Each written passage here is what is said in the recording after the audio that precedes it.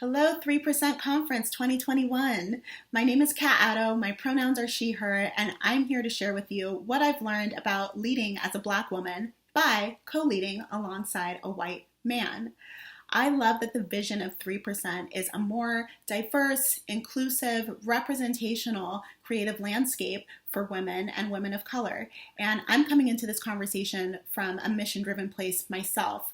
I'm coming from an organization called Purpose, and we're a social impact organization that exists to help nonprofits, businesses, philanthropies, movement leaders advance the fight for an open, just, and habitable world. So as you might imagine, we're constantly putting out campaigns, creative coalitions, brands, things that are only going to authentically deliver on that vision of openness and justice if they themselves are diverse, representational, equitable, and inclusive. So I deeply resonate with this mission, and it got a lot closer to home for me this past year because I was promoted into a leadership position in my organization. And the interesting part about this role is that it's actually designed as a partnership. So I'm leading a team and a portfolio along with a co-lead who happens to be a cisgender white man, in contrast to my Black cisgender woman's point of view and lived experience.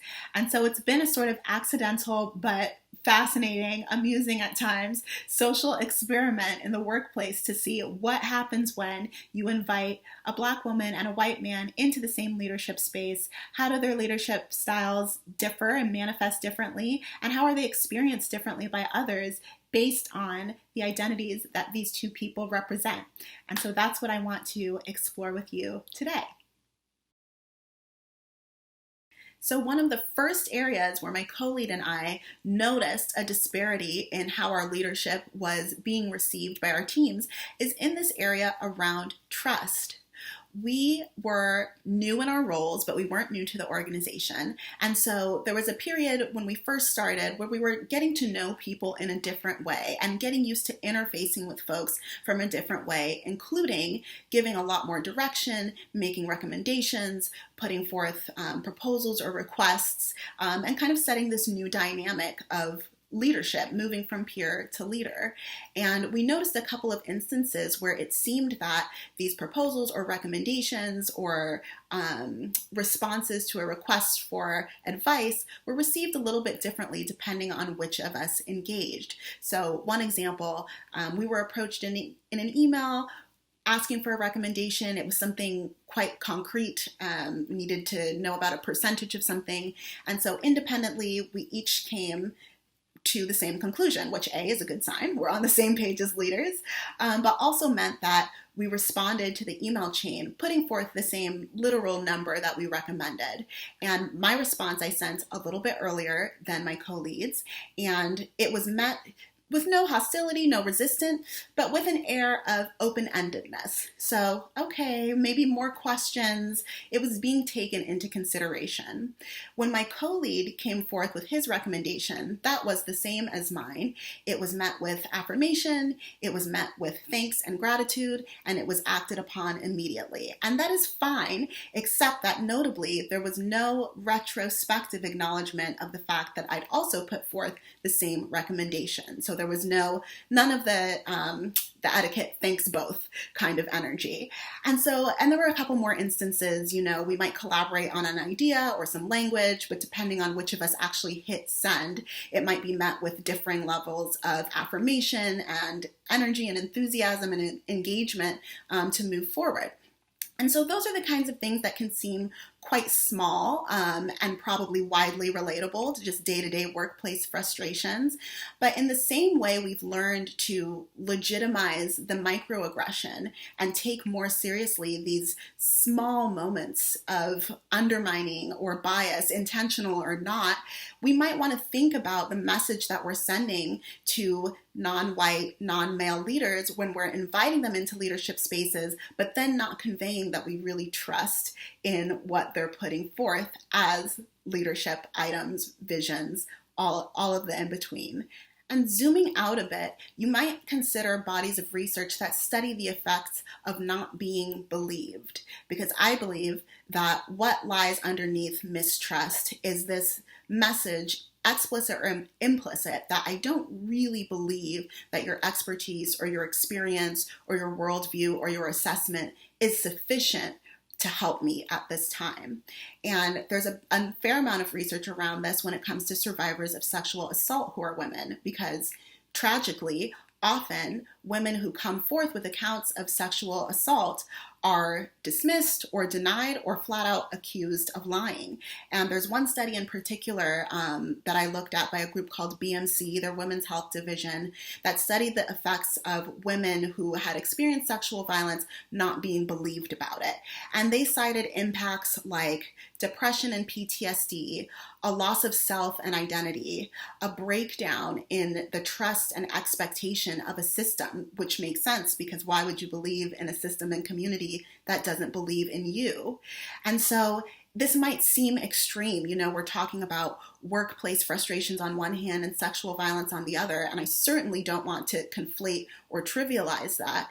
But if you think about the fact that just the experience of not being believed alone was enough to cause such emotional, social, and psychological harm to these survivors, you have to start to think about what is the impact and the risk of harm that we're having on diverse leaders by inviting them into spaces to lead and then not being ready to take that lead. So it's something to think about as everyone rushes to diversify their leadership. Are we also cultivating staff populations who are used to or open to receiving leadership direction from folks who don't look like the white male, you can trust me, vote for me kind of leader? So another thing that I've learned is around the idea of boundaries in the workplace. So I don't mean so much boundaries in the sense of protecting one's personal life from one's professional life, even though that's certainly important as well. I mean literal day-to-day, hour-by-hour boundaries around one's workload, time, and priorities such that you can be effective, energized, bring the best of yourself to your team in a sustainable way and within a reasonable number of working hours, the dream that we all want, work-life balance. And so I want to acknowledge that everybody is burnt out right now. I don't know a single person of any gender or any race who is not feeling these past few years, and particularly working in creative industries, or as I do, where creative and social impact collide, the demand to be responsive to the moment and to the culture has only intensified. So people are really burning hot, and it's a great time to be thinking about how to put sustainable boundaries around one's workday. In addition to the universal burnout that we're all feeling, Lean In recently published some insights sharing that as companies are making these bold internal commitments around diversity, equity, and inclusion, things like we're going to transform our workplace culture, we're going to transform how we do recruitment, we're going to diversify our leadership, we're going to start employee resource groups, all of these things that are so needed, but also systemic, complex, and require sustained and deep work and care and attention. It's disproportionately women who are stepping in to lead and execute against these commitments. And as we know, as always, the more marginalized you are, the more likely it is that you were already burnt out from these commitments not having been addressed in the first place. So we're seeing more of those harmful loops. And so my co-lead and I were reflecting on how burnout manifests for each of us and what steps we take to try to put boundaries around our work lives. And I was sharing, I was trying to really guard my time and get better in this area. And he said he's given me permission to share that for the most part, he doesn't see himself as the typical bad male coworker actor because he does lean into culture work. He was one of my earliest collaborators on our internal equity transformation at Purpose over the last few years. And he does recognize emotional labor as real work and as hard work. But, quote, sometimes I'm just going to hide because I can. And that's really telling that he not only recognizes when he's hit his limit and he needs to take a step back, but he feels fully empowered to sort of just disappear from the next steps. And I'm being facetious. I'm riffing off of his quote.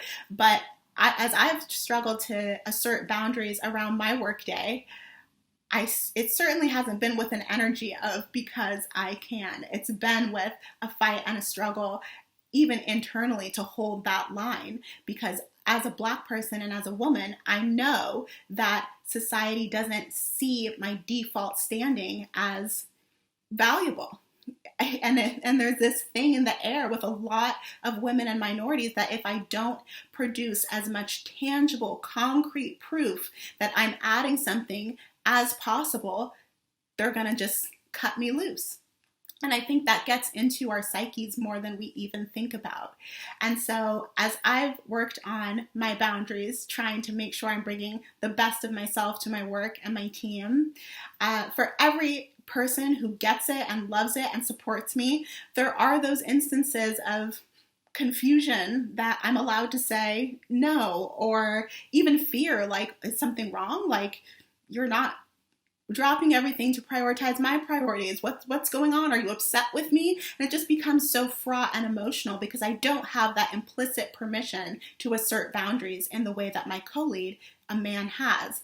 But I'd like to challenge us to think about this because, again, we know we're in the midst of the push to diversify leadership in creative fields. And we want to make sure that as we're inviting women and women of color into these leadership positions, we're not doing all of this just to burn them out, because truly nobody wins if your leadership is burnt out. And so the last thing that I want to share about what I've learned about leading as a Black woman by co-leading with a white man is that we experience loneliness and isolation in our roles much differently. So I feel, coming into my leadership from the perspective of a Black woman, I feel everything. I feel disconnect and loneliness and disappointment when I can't find anyone among my peers who can really relate to my experience or to the worldview I'm bringing to not just the workplace, but to social impact and to social issues. And then from the team, I really feel the emotional tides of the staff, particularly who I can relate to on a basis of marginalization. I feel when they feel seen versus unseen. I feel when they feel connected to me versus disconnected from me. I feel when they feel motivated versus unmotivated. Inspired versus let down. I feel all of that, and I bear it with a different weight coming from communities in which the experience of marginalization, not just in the workplace but in the world, is a constant backdrop and battle of your life. And so while my co-lead, he's very emotionally intelligent, he's culturally sensitive, all of the reasons one might be drawn to social impact, he possesses those qualities. But he still could never know what it feels like, even with our shared title and comparable tenures at the company. He couldn't know what it feels like to move through these spaces as me and as some of the folks on our team. That said, one of the things I found myself most grateful for, having found us in this co-leadership role this past year, is having invested in an authentic professional relationship before now. So when I joined Purpose, I was coming into social impact from the music business, a very different space. And I was excited to join this mission-driven, values-driven, people-centric place that was about real issues, real injustices, real needs. And almost without realizing that I was making a decision, I decided that I was going to show up as my real self, which meant in my early days of collaborating with my co-lead, again, this is long before we could have known that we would be working in partnership today, if something hit me against my womanness or against my Black personness or against my Black womanness, that's how I showed up to the conversation. That's where the feedback came from, because that's real and that's authentic and that's personal and human and the driving force of a mission that pursues better human outcomes for real people. So we had this rapport in which I took a risk. We didn't know each other very well always, but I committed to being my authentic self, even in our professional setting.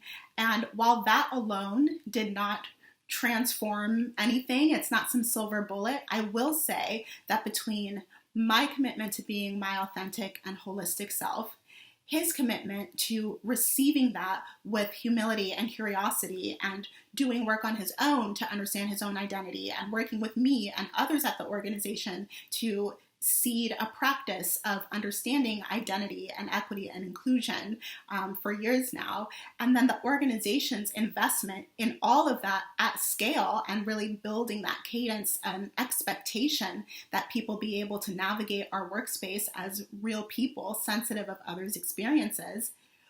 We were actually ready when we were called this year to step into a co-leadership role.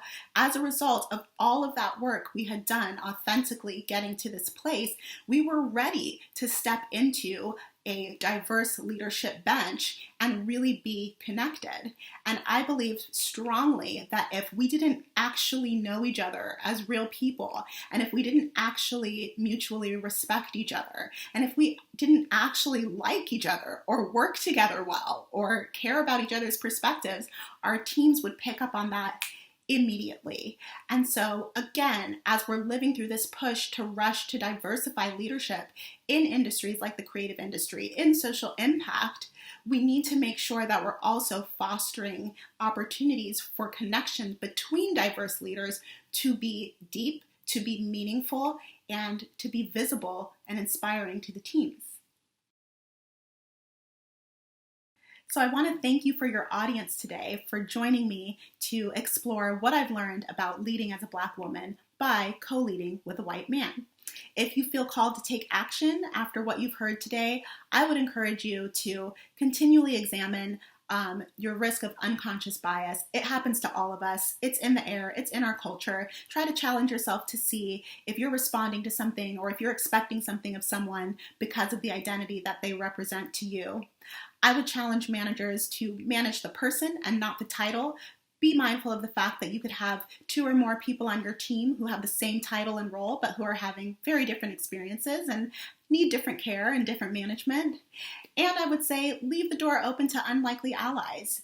Affinity is so important, and I always want to see more Black people everywhere. So I'm team affinity, but I also have found it to be so valuable to invest in relationships across gender and across race where you feel respected, safe, and able to do so.